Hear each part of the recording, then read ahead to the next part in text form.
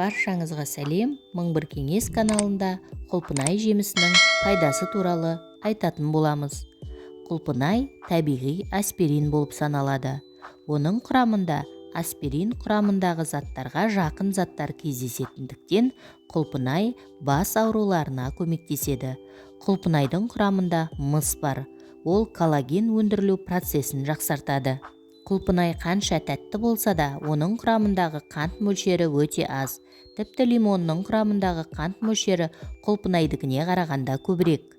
Бұған сену қиын, бірақ құлпынайдың тісті ағарту әсері тіс пастасынан анағұрлым артық. Сортына қарай құлпынай ерте көктемде, жазда, күзде жеміс береді.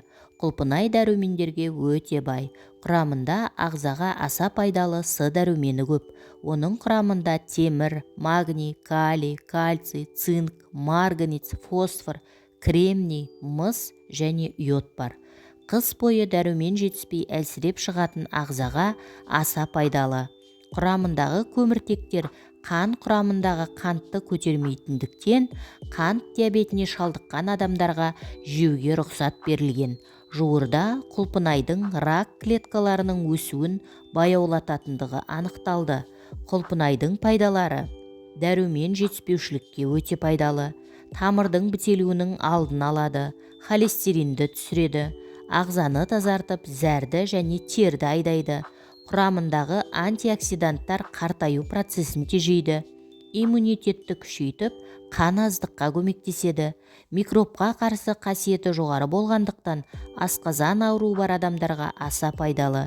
Жүрек қан тамырлар жүйесін қорғайды, шек құрттарын кетіреді, қанды тазартады, денеден улы заттарды шығарады, тіс еттерін қуаттандырып, ауыздың иісін кетіреді, жүйкені тыныштандырады.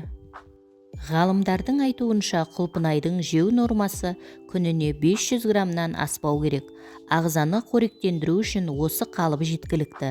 Басқалай болғанда ішек жолдарының құртылуына, ал жақсылап жуылмаған жағдайда бүйректе құм жиналуына себеп болуы мүмкін.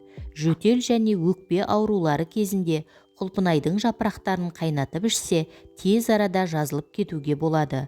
Құлпынайды десерт ретінде жейді. Құлпынайдың пайдасын арттыру және организмге сіңімдірек болу үшін қаймақпен немесе кілегеймен жеу керек. Құлпынайдан шырын, тосап, джем жасайды.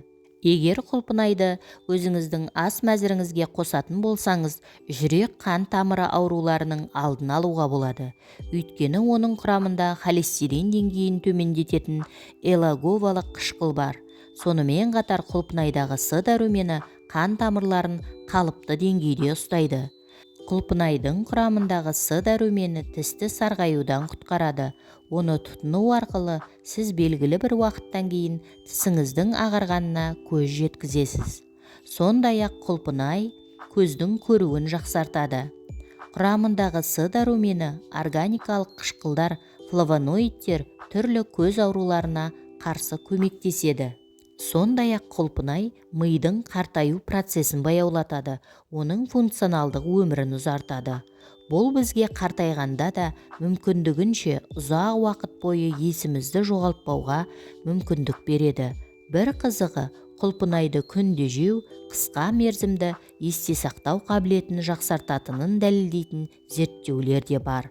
Яғни есте сақтау қабілетінің нашарлауы Альцгеймер ауруының басталуына тосқауыл болады.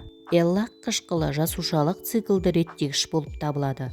Құрамындағы эллак қышқылының саны бойынша құлпынай 3-ші орында тұр. Ол ісік процестерін басу мүмкіндігінен басқа қабынуға қарсы әсерге ие, ағзаға пайдалы процестерге оң әсер етеді. Сонымен қатар иммундық жүйені нығайтады, оны сыртқы әсерден қорғайды. Құлпынай жеп сұлулығыңызды сақтаңыз және денсаулығыңызды күтіңіз. Пайдалы ақпаратым кәдеңізге жарасын.